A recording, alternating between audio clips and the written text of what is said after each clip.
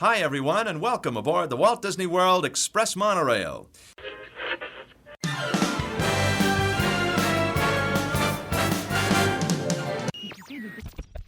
This, as you may recognize, is a maintenance service elevator, still in operation, waiting for you.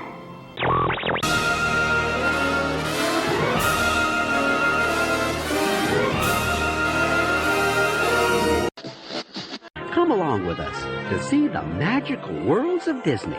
WDW Radio, your information station. Hello, my friend, and welcome to the WDW Radio Show, your Walt Disney World information station. I am your host, Lou Mangello, and this is show number 653, and together we're going to celebrate the magic of the Disney parks, movies, and more here on the podcast, my weekly live video on Facebook, community, videos, books, audio tours, blog, and more. Please be sure to subscribe to the podcast and find everything else at WDWRadio.com. So this week, we're going to continue our celebration of the 50th anniversary of Walt Disney World as we pick up our conversation from last week, not just about the current state of Walt Disney World, but what's new now and coming soon. We're also going to discuss Walt Disney World's future, and I share some of my personal predictions and maybe a bit of a wish list of what I think we're going to see coming to the parks, including some that I believe will be here sooner rather than later. I'll then have our Disney Trivia Question of the Week and more updates at the end of the show, so sit back, relax, and enjoy this week's episode of the WDW Radio Show.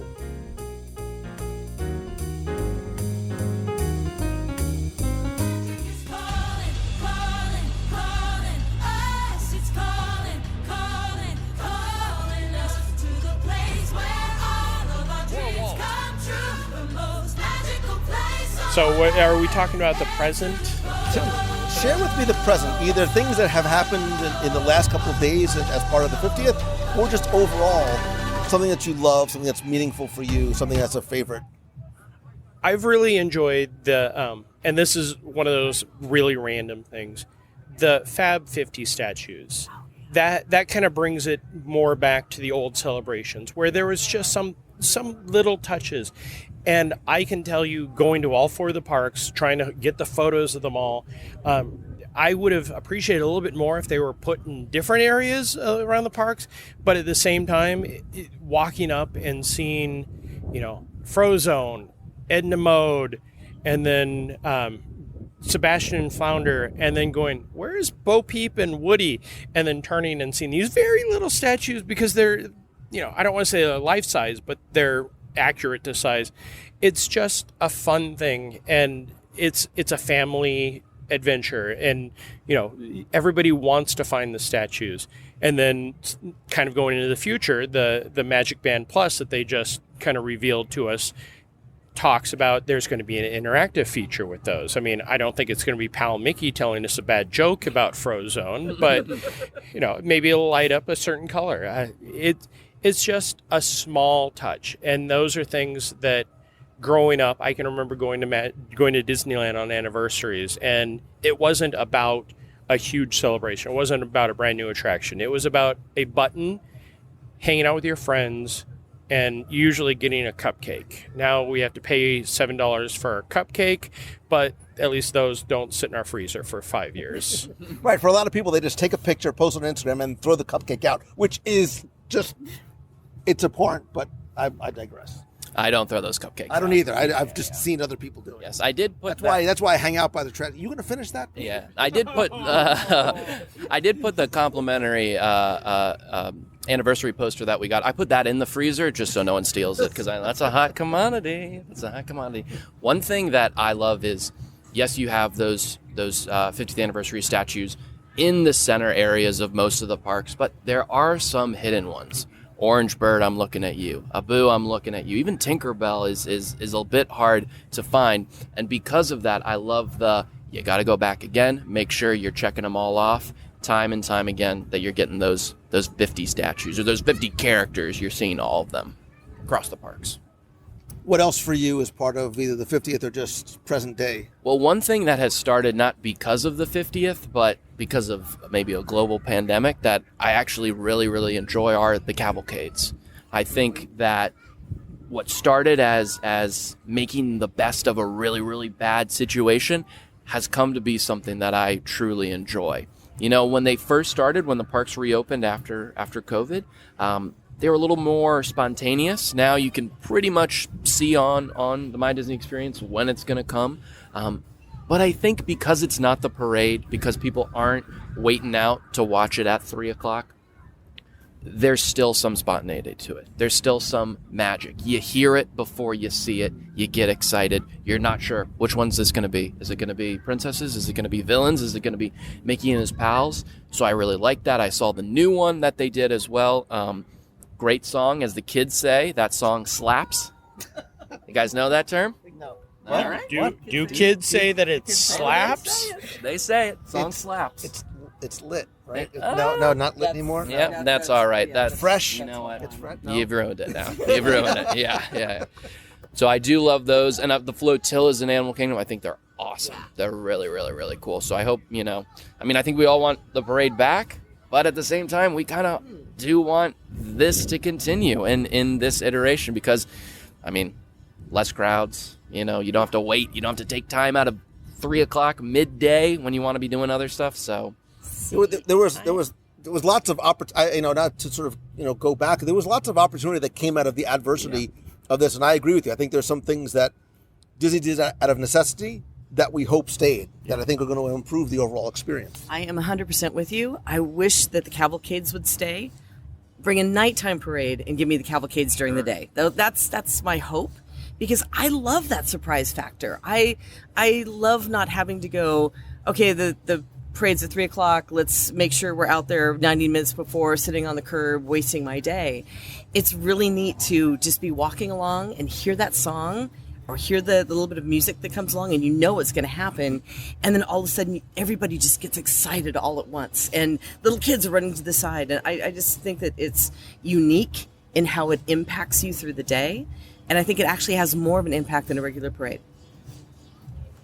How Becky was saying it gets you excited. I have PTSD from the Epcot, the Princess Cavalcade, because that music would hit at the most random time, and I'd usually be walking, and it'd be like, move, move, move, and here comes the carriage. But something else that came out of the cavalcades is something that I always loved about Disneyland was it wasn't a character location. You didn't go to a character location. Now at Epcot, they've put the characters, Belle is in her normal area by France. They have Jasmine on the stage in Morocco. And it's not a line to get a photo with them. It is them interacting with guests. You can walk up, you can take a selfie, you can talk to them. And it brings back more of the spontaneity, not the we're waiting in line to wait in line to wait in line to wait in line. So I agree the cavalcades are something great. I would love to see, even nighttime cavalcades, which I know would be very difficult because of the fireworks and everything, but just something more to expand on that. I'm not saying I don't want Festival of Fantasy back, because that's an amazing parade, but cavalcades have one Festival of Fantasy, have a cavalcade every couple of hours. It's like the trolley show used to be at Magic Kingdom, when it still comes back. Just the spontaneity, the fun, it draws in the people, and something that you don't go, oh, I can set my watch that there's going to be a cavalcade at 3:15. What time's the 3:15 parade?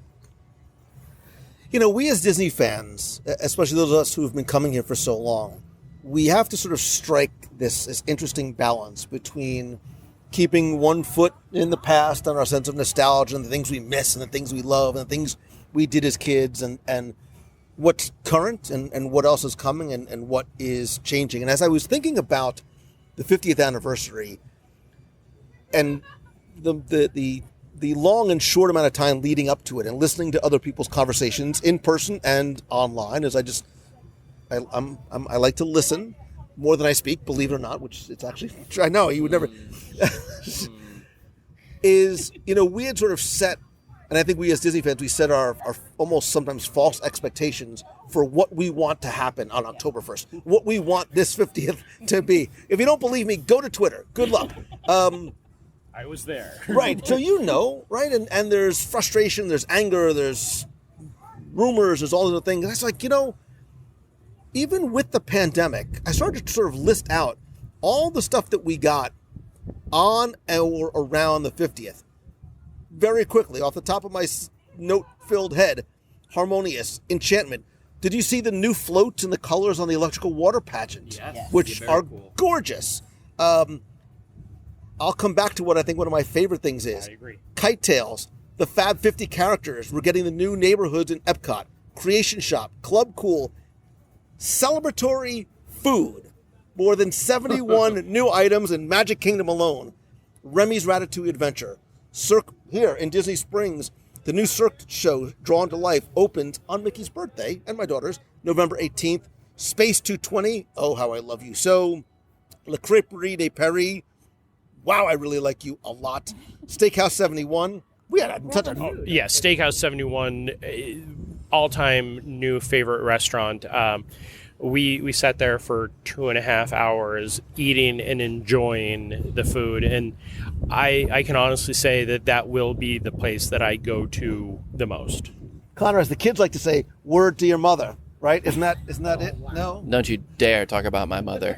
You got that? Listen, you don't remember the joy that was Vanilla Ice. Anyway, of all the things... He does some home makeovers now. I'm familiar with that. Yeah. He flips homes.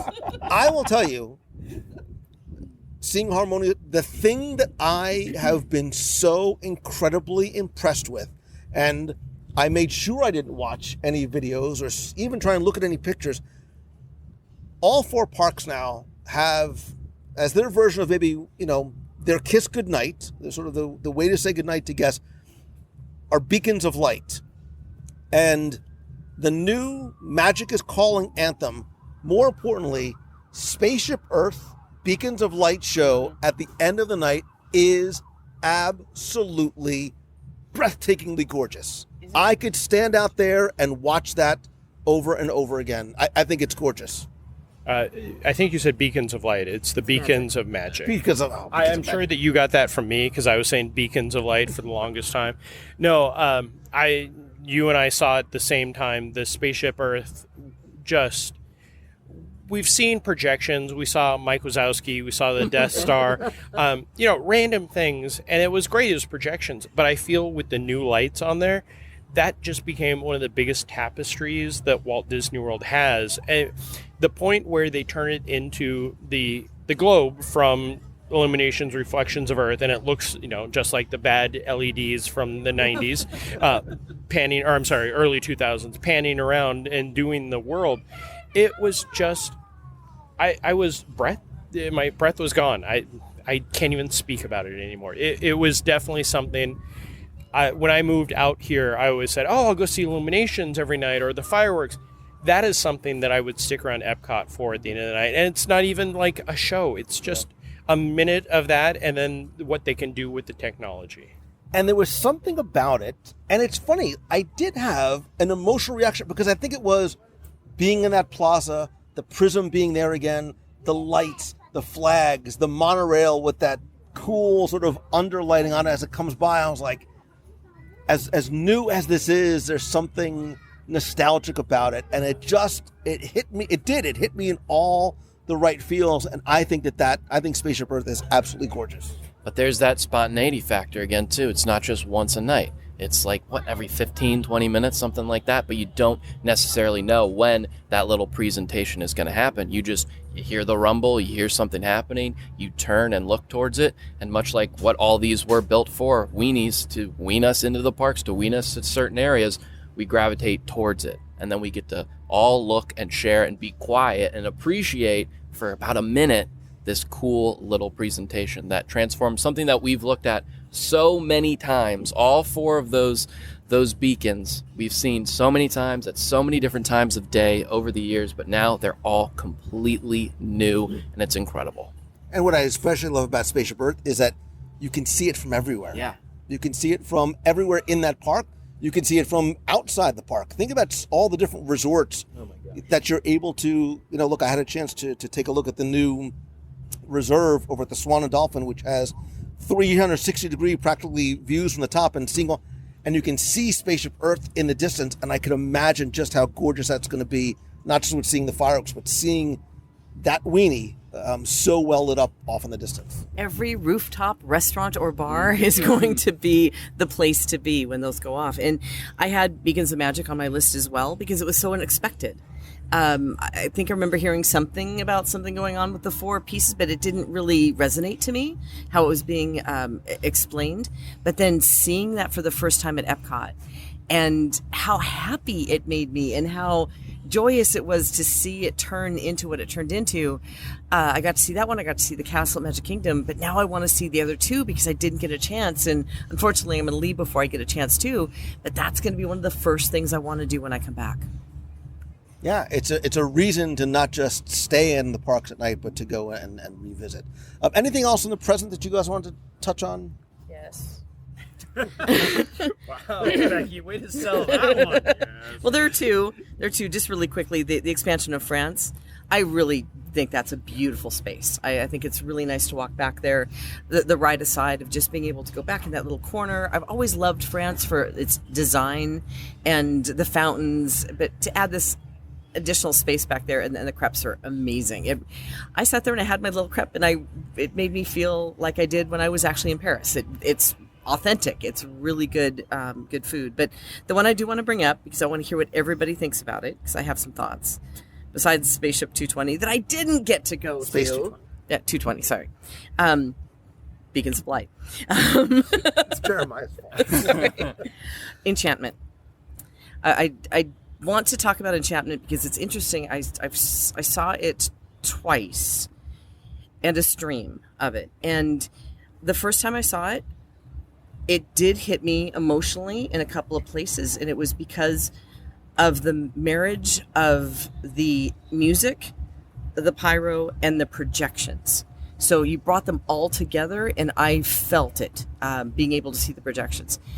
We saw it from the rooftop at Contemporary the other night, and it didn't have that same hit to me of emotion as it did, because you don't see the projections, you just see the pyro and hear the music.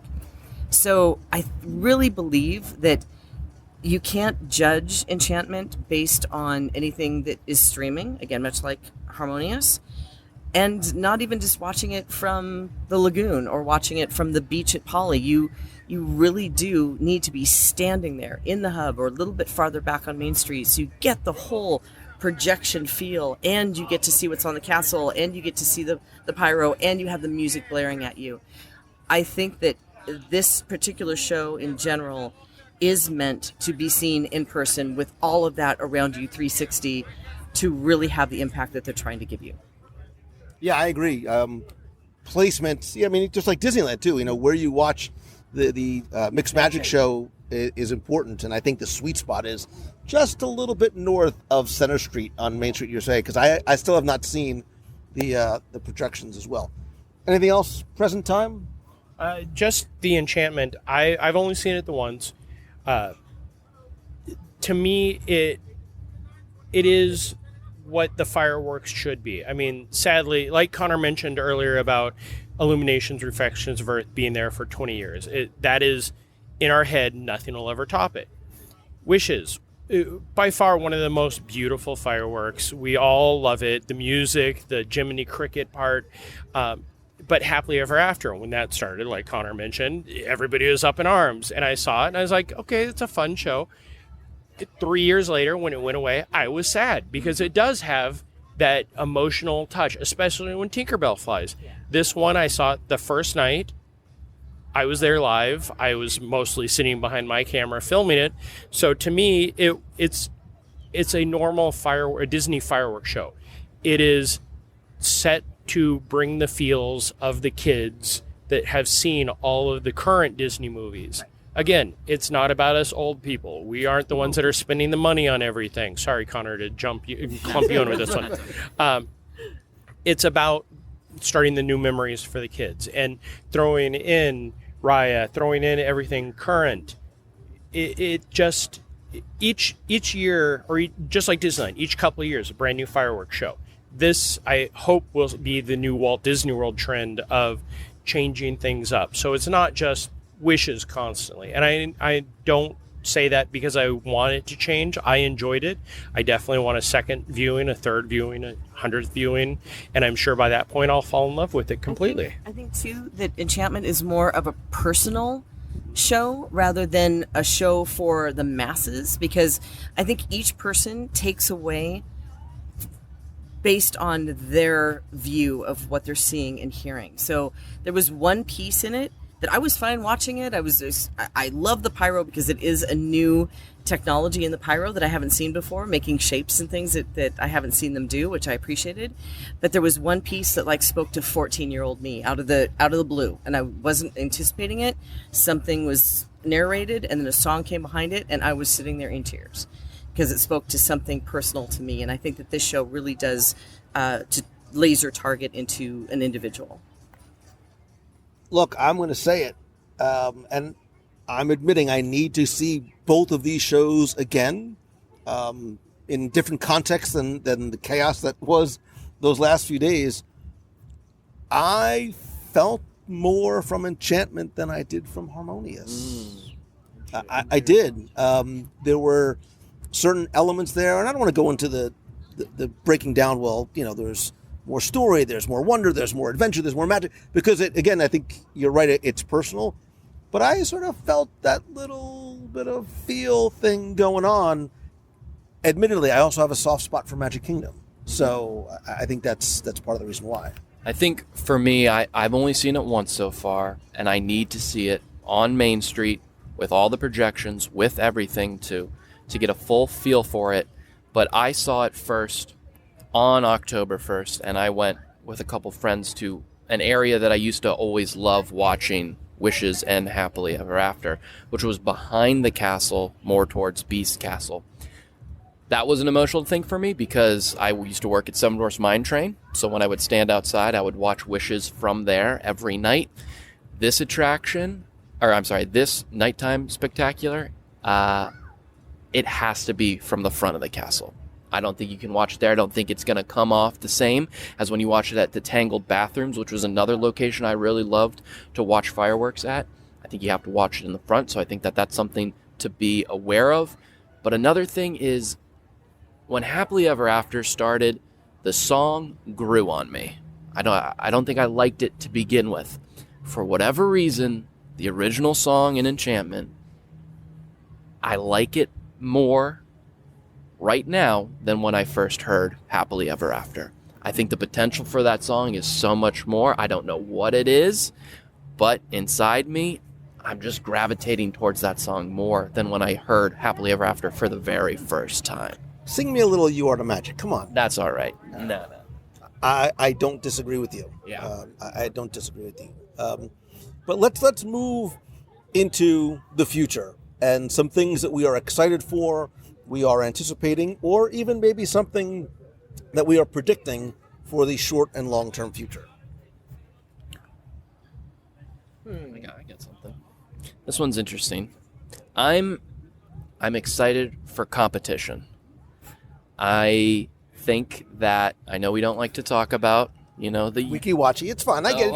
Hey, the U word, I like to talk about it. Go ahead. So Universal, Universal, which I often like to describe as, The place where Spider-Man lives. Sure. Well, when you go to the family reunion, then your older teenage cousin who's kind of cool, maybe he smokes, I don't know. That's kind of Universal, right? No, they're cool. They're cool. They're cool. No, they're cool. They're cool. But a little edgy, little different, but they're doing a lot of really, really cool stuff over there. Epic Universe is going to add another theme park, maybe even two. They have plenty of land, a bunch of hotels. I think the competition of what they're doing is only going to drive Disney to innovate, to create, and to build more incredible things that we can experience, of course, in the parks. But one great thing about this is you don't have to go to Universal to benefit from this competition. Disney's going to compete with Universal whether you go there or not. They're trying to pull people away from there, just like Universal is trying to pull people away from Disney. If you're a Disney fan and you're only a Disney fan, this competition is going to be great if you continue to only go to the Disney parks. I've said for years the best thing that happened at Walt Disney World was that Universal Studios opening down the street. The only- Because we as guests, we benefit from it. When it's Disney versus Universal, the only winner are the guests. That's the only winner. Yeah, I totally agree. And I love that fact though, because it's not that they're trying to pull guests from each other, because they both have a separate, different type of target audience. Yeah, and as you grow out of the smaller children in your family, you have the teenagers that want the epic roller coasters. And so there is an answer for every family by coming to Orlando in general. Yeah. So you can come to Disney and you can go to Universal, and it's great. So I love the competitive nature of it, because we know that when Universal kind of hit the ground running with Diagon Alley, there were some people over on this side that were like, they told a pretty good story there. How can we one-up it? And like both of you said, to your points, we all win. Mm-hmm. So what's on your list? I'm going to say Star Cruiser. Right off the bat, not only because I've had to live, breathe, and think about it for the last week, and will be starting tomorrow quite a lot, but I love the idea of this because it's a disruptor. I love a good disruptor because it's thinking out of the box. It's something very unique. If it works or not over time is going to be the biggest question. However, I'm gonna go out on a limb and say it's gonna work. I know. Yeah. I'm thinking so, but I mean, think about over 5 years when you're charging this kind of money for this type of experience. Is it going to work or not? That's a question. But I think it will too. And if it does, imagine what other people will do with that same type of idea. Universal could take Hogwarts to a whole new level with that, but it's in the general hospitality industry of what can happen when you truly immerse a guest in an experience, and I'm excited to see what comes of it. Right, where we are no longer, much like the theme park experience, where we as guests no longer want to be passive observers, we want to be active participants, and I think we're going to see that not just in places like the Galactic Star Cruiser. I think you're going to start to see it in places like the Disney Wish and future cruises, and certainly attractions as well. Yeah, this Galactic Star Cruiser, as Becky was saying, and I think you both kind of alluded to, how is it going to change in 5 years? Because I, as a Star Wars fan, want to be one of the first people there. All my other Star Wars fans want to be the first people there. After the first 3 years, where every single Star Wars fan has been there, will it start to decline, or will they go, hey, you know what? Here's mission 2. Here's mission 3. Let's make it so it can time travel, so we can face Darth Vader. Those are the things that I look forward to seeing the most. I mean, I can't wait to step foot in the Star Cruiser and experience it, but it will be watching it grow and change. And just like Connor was saying with Universal, everything Universal does comes back to Disney. We have Disney MGM Studios, Disney's Hollywood Studios, because Universal. We have Rock and Roller Coaster. We have Tower of Terror because they wanted the thrill rides. So I think we will see something from Universal down the line, and then it'll come back full circle to Disney going, you know what, let's top this. I don't think for the future, I don't believe that we will see a 5th park at Walt Disney World within the next 15 years. I'll say 15. I don't think much longer than that. They'll probably find something, but that is something Universal's Epic Universe, still that name, I think will cause ripples in the theme park industry, and those ripples will be good for us. As for my look at the future, the two things that are on the immediate horizon, not horizons, the Tron Light Cycle Run, I had the ability to ride that when I was in Shanghai. Just a great attraction. It tells the great story. It has the emotional ties, and hopefully it'll get enough people watching Tron and Tron Legacy to get that third one out. But something that you and I both got to experience a few days ago was Guardians of the Galaxy Cosmic Rewind. We had the chance to walk into that massive building. You can't understate how big this building is. I was trying to describe to my friend how when you walk in there, the Imagineers had to tell me to watch my step because I couldn't look down. I was just staring up. It is so massive. And anybody that's gone on People Mover and seen Space Mountain with lights on, you understand what a coaster looks like. This coaster is all around you. And, again, to jump back to the Universal, there are screens on this, but it's going to be screens directed by James Gunn, starring the actual Guardians of the Galaxy. How can this attraction go wrong? I shouldn't have said that. But, and the nice thing is it's an Omni coaster, the new terminology that they're doing. And yes, it's going to be a bit of a thrill. I mean, they put it in between Seven Dwarfs Mine Train and Big Thunder on the thrill. So it is the good transition for the family, for the kids, And I think this coaster will have the tie. Yes, the coasters that we all grew up with, there was no IP. We all love Space Mountain. We all love Big Thunder Mountain. But Guardians of the Galaxy, I know Lou and I have talked for days about Marvel stuff. So this is just going to be, I think that this will be the one that will change the game for Epcot. Well, I think one, it's going to change the game for roller coasters because this Omni coaster is much like the Omni Mover where you could move the full vehicle and as a director can literally direct people to the scenes you want them to see as opposed to looking around on your own. It's going to change, again, sort of that setting the bar higher for everyone else. And we can only imagine, based on what we've seen in things like the Mission Breakout in California Adventure, the music, what else they're going to be able to bring into this attraction. For me, as I normally want to do, it's not necessarily the things that I know about. Again, there's in the immediate future, Cosmic Rewind, Tron Light Cycle Power Run, like little Lou Mangello riding on the light cycle is what I've always dreamed about, and I've done it in Shanghai. You know how amazing that is. Princess and the Frog, Disney Genie, the Play Pavilion in Epcot, in which we don't know a lot about. For me, it's the stuff that we don't know that has me most excited. And we keep talking about things like interactivity, personalization. We're seeing that more and more. We hear a little bit more about what this Magic Band Plus might do. And this is sort of, I think, the very tip of the iceberg in terms of what that device and our app, which is now not the thing that we used to want our kids to keep in our pocket, but we have to take out. So I actually think, in terms of things that have not been announced that we will see in long-term future, is much like where we are. The first and only time I ever saw it was literally right here. I would bet dollars to donuts. We're going to see a drone show. There's going to be a nighttime drone show. I'm going to run to Everglades really quick. That's best chicken sandwich anywhere in the world, not just the Walt Disney World. What? Okay.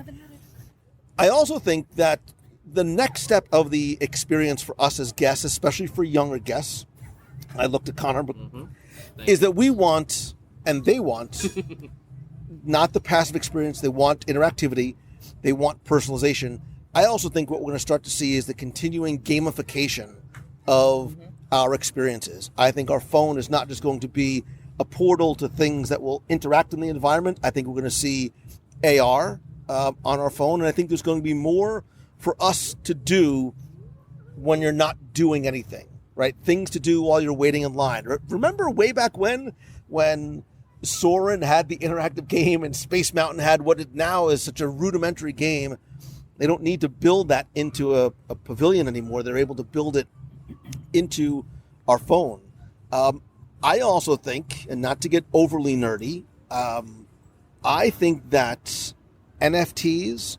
Nerd. I actually dated once. I think NFTs, non-fungible tokens, and I think the collections and collectibles that are digital in nature are going to be part of the Walt Disney World theme park experience. I think we might not necessarily have to see the chaos that sometimes ensues when a new Loungefly, Dooney, Tumbler, whatever comes out, because we are going to own, trade, display, and share these digital assets. And if you have ever bought a skin on Fortnite, if you've ever upgraded something in a video game, if you've ever bought a digital collectible like that, you own an NFT. And I think over time, this is going to start to become more into the everyday vernacular. We're very early on in it. Jeremiah is actually showing some of the things that some of the NFTs that he actually owns on his phone. On the Play Disney app. To jump onto this, the Play Disney app has some great interactivity, but the badges, the achievements are something that I pride myself on. I will send messages to my friend in California when I get a new badge just to mock him. The Disney Wish, the upcoming, Becky, what's the name of the interactive game on there? I can't think of it off the top of my head. Oh, the one on the current? No, upcoming, the Disney Wish, with the spyglass.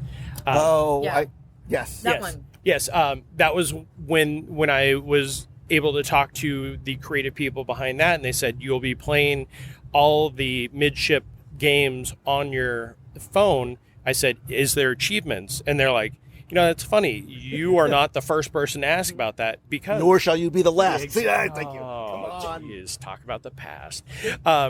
Those achievements don't cost anything other than waiting in line. I got the Remy's Ratatouille Adventure one. I got the 50th one. I went opening day for Star Wars Galaxy's Edge purposefully just to get that. And it's a draw. I mean, I think Play Disney app is one of those underrated things that hasn't been talked about since before the pandemic. And it's just a lot of fun to do. Well, like you said, you see in Galaxy's Edge where the skin changes to something that looks like a data pad. And I think that was sort of the very early test bed for interacting with the physical environment as well as interacting with an AR environment as well. There's a reason why the gaming industry is actually much more profitable and makes much more money than even the entertainment industry. It's because people do get addicted to these games, and it's easy to be pulled in. It's easy to find ways to monetize games and collections and pieces. And there's a lot of focus in that right now, and in a lot of the aspects of what we're enjoying in our Disney experience. So I enjoy it. I think it's kind of fun. It's neat to, like you said, you kind of tease your friends because you found something or got something that somebody else didn't. It's almost like when you're collecting pins or you're collecting other pieces, and digitally, And I'm going to come bring it all the way back full circle, because as somebody who in the future wants to see more Walt in the parks, I think we've gotten away from that just a little bit. I think this is what Walt wanted, because I think families will be able to have fun together. Maybe dad doesn't want to ride, the new Guardians ride. Maybe mom can't handle Tower of Terror. Everybody can do this because we all have a digital device. We can share in that experience together. We can play collectively. Look, how many people do we see in line playing Heads Up and playing these other games together? Now they're going to be able to do it, but in a way that's going to interact with the place that you're in, as opposed to this third-party app that's disconnected. But even, we can have these things where families can all get involved. But I think where the technology will even go further is getting on the ride, sitting next to someone, and each of you have two totally different experiences. New ways to maybe experience old classics. Maybe Haunted Mansion gets something where maybe there's a VR headset involved. We've seen this at other attractions elsewhere, or a component on your, Magic Band Plus. But ways to experience the attractions in new light with new set of eyes, and you can experience it differently from a person in the Doom buggy behind you or in the Doom buggy in front of you. I'm not saying they're changing Haunted Mansion. Don't come another one for you guys. Don't come at me, bro. That's another phrase for you all. But I think there's so much potential with that going forward. I'm gonna throw one last thing out there, and it's possibly wishful thinking, but I really do believe that it's going to be true. And I'm not one to throw out dates or date ranges, but I think this will happen within the next decade. There is no way that Marvel is not going to come to Walt Disney World. Disney and Universal are going to work out the details of that archaic agreement that happened pre-MCU, because I'm sure if I'm Universal, there's a lot of reasons, fiscal and otherwise, but the characters who were there are living in a time that kids can't relate to. And I think there's a very much of a disconnect for kids waiting to see MCU characters and like, wait a minute, that guy's wearing underpants and Wolverine's wearing yellow tights. I think it just has to change. Look, even in California, like, it's not Marvel's Spider-Man. It's not so there's a lot of things that are sort of blocking the way for just a natural progression. And I think those hurdles will, without a doubt, be overcome, much to the joy of nerds around the world. I agree with you that it's going to happen someday. It's just a matter of when that's going to happen, because there's a lot of money at stake. Thursday. Lou at WDW Radio. So Thursday, and they're changing the Haunted Mansion. Okay, got it. We're announcing it now. Is that what we're doing? Yeah, seriously, it does make business sense for both sides. It makes business sense for Disney to acquire those rights back. It also makes sense for Universal to hold on to it as long as they can to get the best deal that they can for it. So eventually those two sides have got to come to some sort of agreement. Is it going to happen this year, next year, 5 years from now? Who knows when, but hopefully it will happen. So, Becky, what you're saying is Disney's going to purchase Universal? Becky at mei-travel.com. She called it here on October 4th. Believe me, I want to do events over here, Marvel events, like you have no idea. So remember that. Never yes, mind. I know. We'll still do it. I know. Whenever this Someday, happens, we'll do it. Someday we'll talk about it. Yeah, right. So many things. Is this on the whiteboard?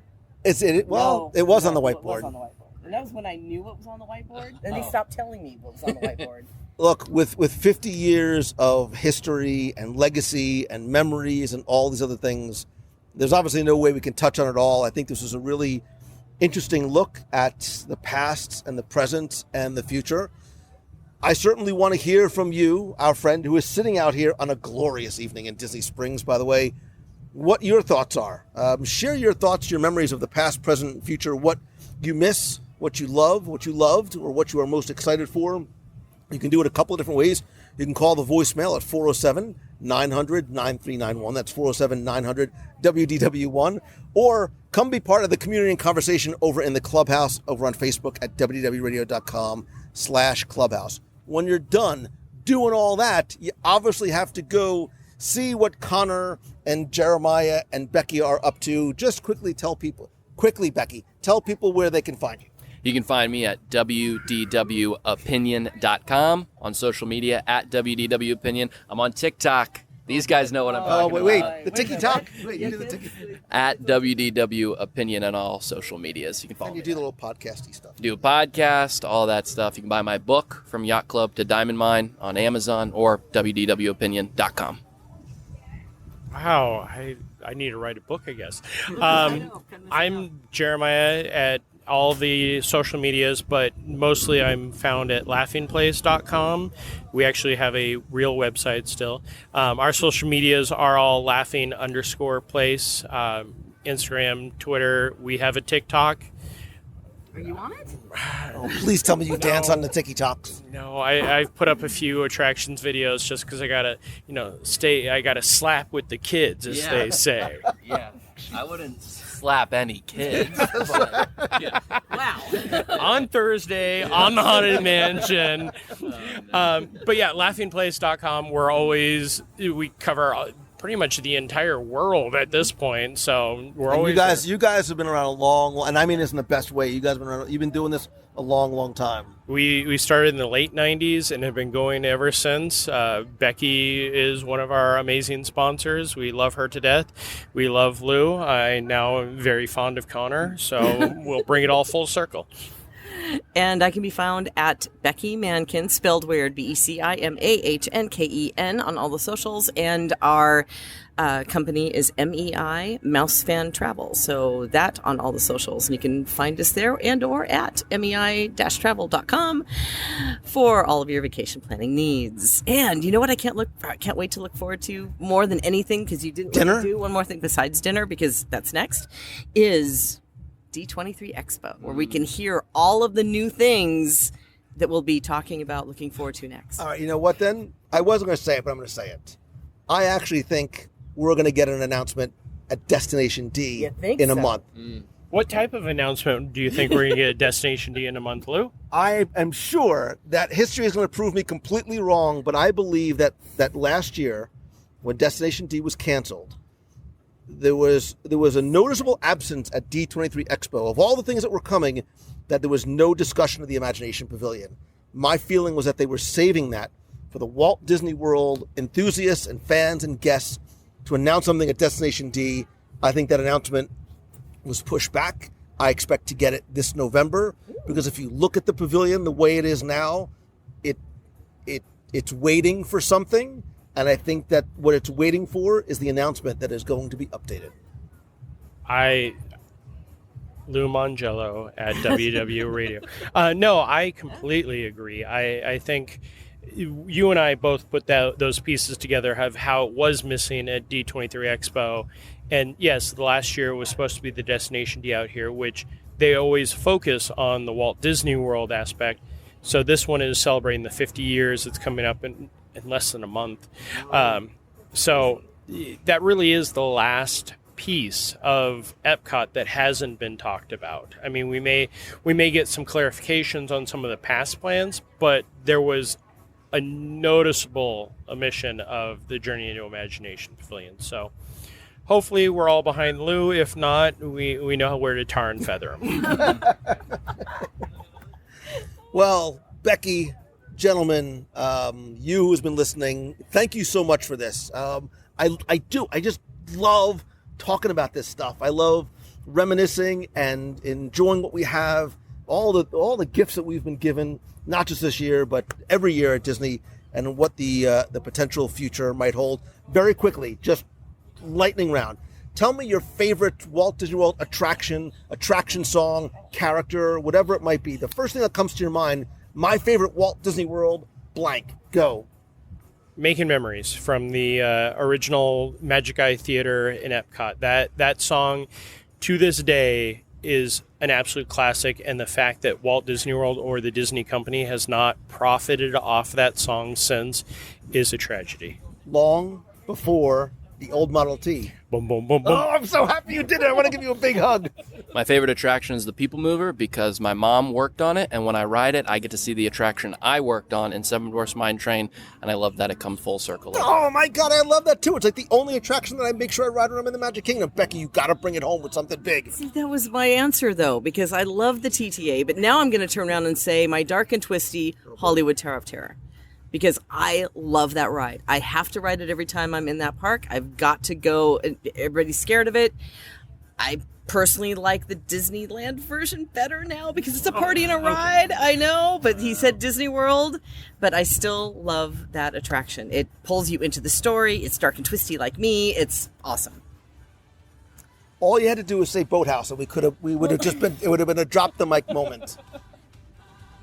Sorry. I guess I have to answer. Yes. The Sherman Brothers. The Sherman Brothers music in the parks. Wait, did I miss a Sherman Brothers ride? No. I said character, attraction, memory. This could have been anything that you wanted. It could have been anything that you wanted to be. Well, my favorite brothers are Huey, Dewey, and Louie. Oh, Lord. I like April, May, and June. Yeah. The nieces. I know they're not here yet, but they will be, Thor and Loki, because, brothers. Well, we're talking about brothers. And she had to make it weird. Hot Dreamfinder is all we have to say to make it weird. Take Thor and Dreamfighter, smush them together. And there you go. Family friendly. Family G-rated show.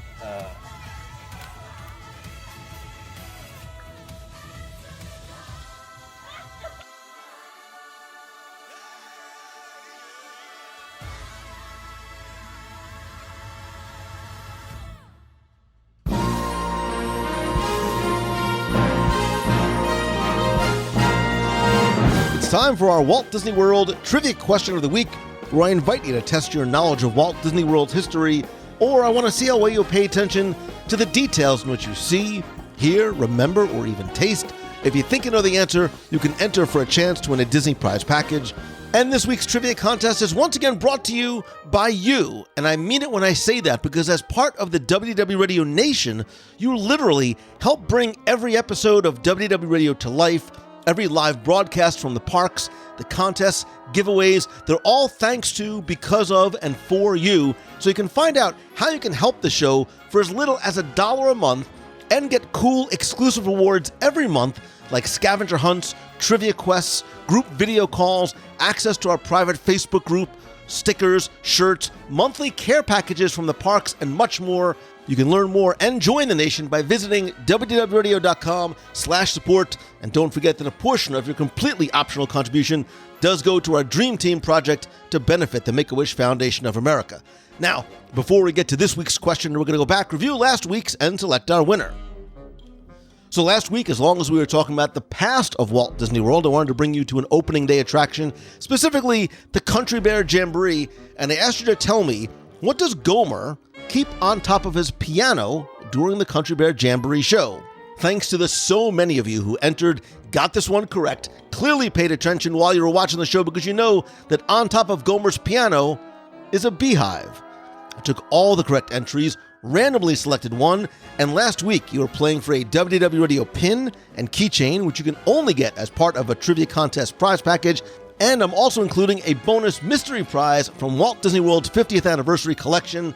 And last week's winner, randomly selected, is Jen Gleason. So Jen, congratulations. I will get your prize package out to you right away. If you played last week and didn't win, that's okay, because here's your next chance to enter in this week's Walt Disney World Trivia Challenge. So we're going to stick with the past, present, and future theme of the past two shows.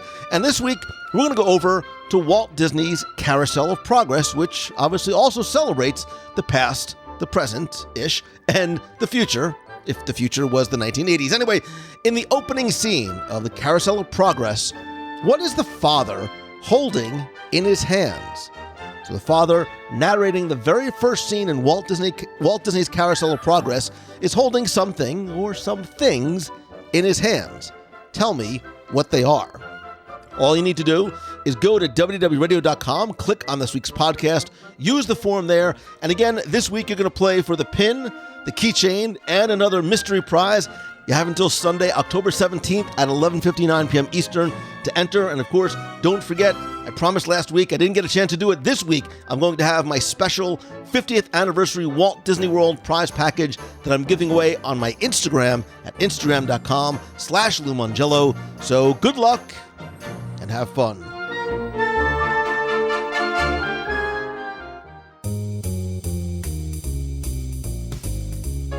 That's going to do it for this week's show. Thank you so much for taking the time to tune in this and every week. I'd love for you to be part of the community and conversation and talk about this week's show, including what you are enjoying most right now in the parks, or even what you're looking forward to or predicting for the future.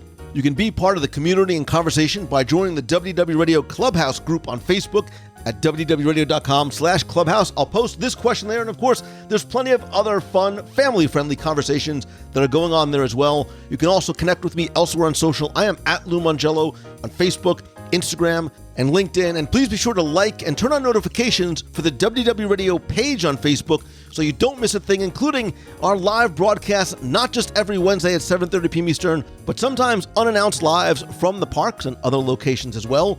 Don't forget that Yeehaw Bob is coming back to Port Orleans Riverside this Thursday, October 14th. I will be there. You can be as well. Either if you're going to be in Walt Disney World, come join the fun at 8:30 p.m. Eastern, or watch and chat live at WDWRadioLive.com. I'd also like to invite you to join our spoiler support group. If you love Disney, Marvel, and Star Wars spoilers, including what's been going on and what if, you can join that group at WDWRadio.com/spoilers. Speaking of Marvel, there's still availability to join us on our Marvel Day at Sea cruise from Miami on the Disney Magic, February 5th through the 10th.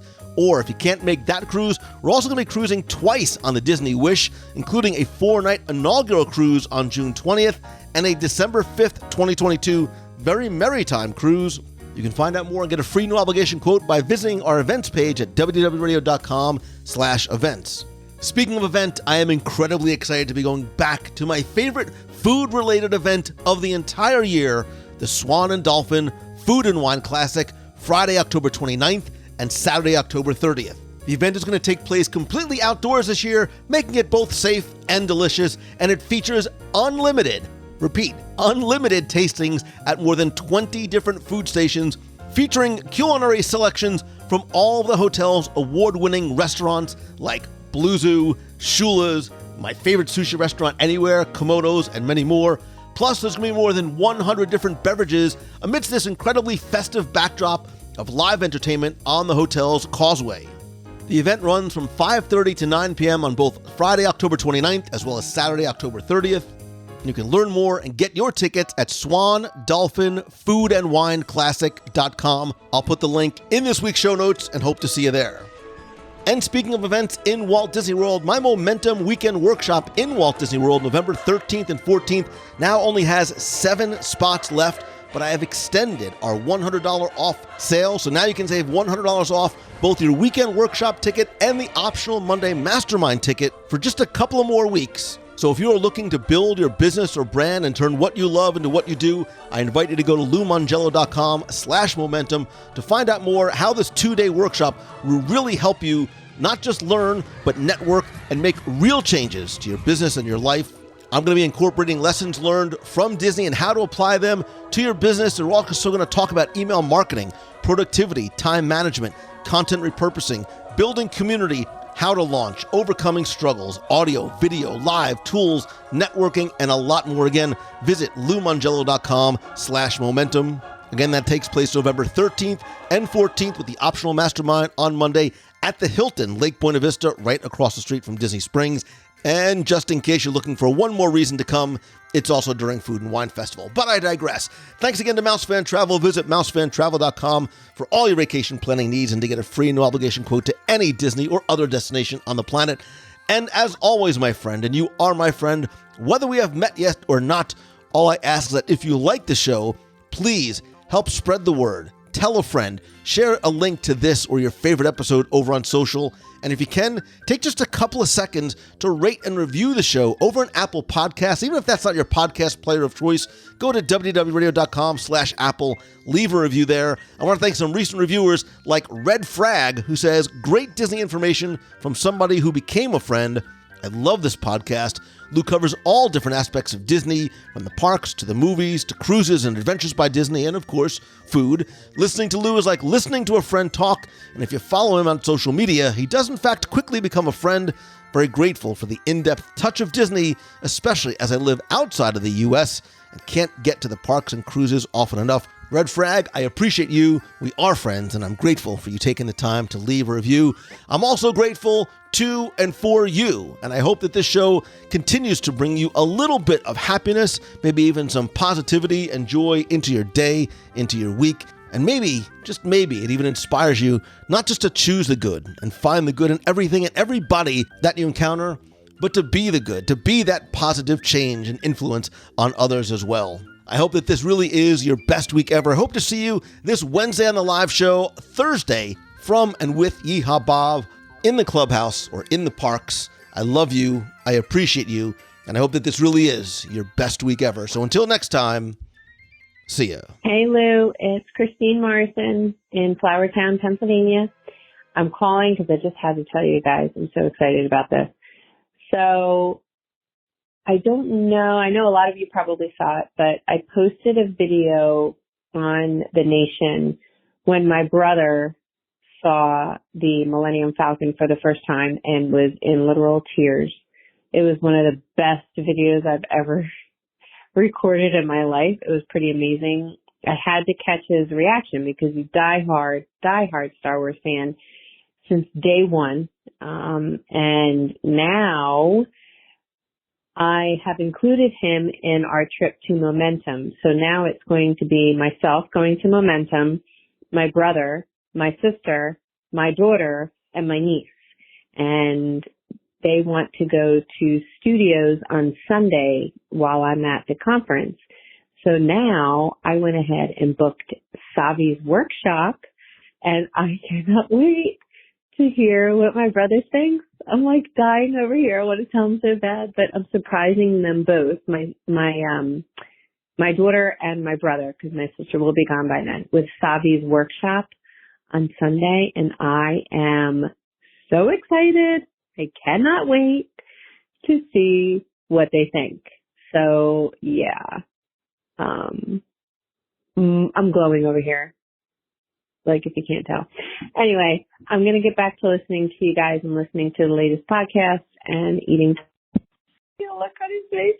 He might cry a second time. He cried like a baby for the Millennium Falcon, and he just might cry again at Savi's workshop. And I wish I was going to be there, but I'll be with you guys at Momentum. So anyway, have a wonderful week, you guys. And I'll see you all in the box. And tomorrow is the 50th. I'm so excited to see what's going to happen. It's going to be really hard to work tomorrow. That's all I have to say. Talk to you guys soon. Bye. Hi, everybody. It is Elizabeth from Massachusetts. Sorry, my voice is not too crazy. It is a little bit sore from being back to teaching. And once again, I don't even know when the last time I've called in was. Time is legitimately flying by. Hope everyone's doing well. I'm listening to your most recent episodes, Lou, about the top 10 most important things to happen in the Star Wars history. And I will be one to admit, like probably many Disney fans, that in complete honesty, the only reason I'm a Star Wars fan is because I'm a Disney fan. I am one of those people from that camp. I watched the film completely in a weird order, starting with the quote-unquote new ones. So I feel like I have a very different perspective on the whole story and the lore. And luckily, my boyfriend absolutely loved them as a child growing up. So it's just nice that, like, he introduced me to them and, like, from a different perspective of, you know, watching them from episode 4 all the way through. So regardless, you guys had mentioned the whole, like, agreement between George Lucas and Disney and Bob Iger and how that sort of happened. If you haven't read, just for anyone, Bob Iger's autobiography titled Ride of a Lifetime, he has a chapter where he mentions the acquisition of Star Wars and his relationship with George Lucas. Of course, it's from his perspective, not George Lucas's necessarily. But I thought it was interesting, because I've also read things about George Lucas's perspective and how, yeah, he kind of regretted, like letting go of certain things and his role with it. So I don't know. I thought it was interesting. If people are kind of wondering or want to learn more, Bob Iger's book, was really good in that regard. He also talks about his, relationship with Steve Jobs and Pixar and, all that good stuff. So if you haven't read it yet, I highly recommend it as a book. I think it's just important to read, especially if you're talking Star Wars and the history behind it, these important events like that. So highly recommend it. Hope everyone's having a magical day. Yeah. And you are doing something good for yourself. Remembering that, to make someone smile, to believe in the magic, and that even the littlest things can make someone's day. So I will talk to you guys real soon. I'm so excited for the 50th. Totally got cut off, which means I was talking for much too long. Sorry, guys. Hope everyone's excited for the 50th. Hope everyone that's traveling down has so much fun. Sad, I'm like really sad I won't be able to go down for it. It's kind of eating me up inside. But yeah, I will talk to you all soon. Stay magical, be magical, make someone's day magical, and have a magical day. See you real soon, guys. Bye.